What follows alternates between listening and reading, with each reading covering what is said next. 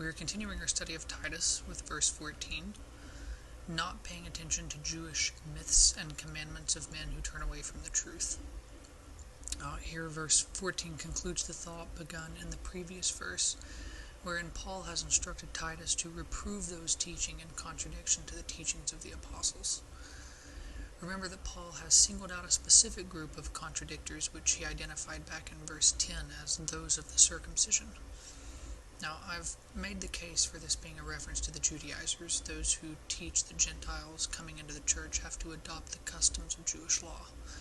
I think this verse solidifies that interpretation, as Paul specifically points to Jewish myths as something that Titus should not heed, suggesting that those who command such things actually turn away from the truth. Now, we don't want to miss the irony of what Paul is saying here. Remember that Paul himself was a Pharisee. He was a teacher of the Jewish law. And here we have Paul saying that those who cling to the law in rigid obedience are actually the ones turning away from the truth of who Jesus is and what his death and resurrection means for them. And he's going to continue speaking to this in verse 15.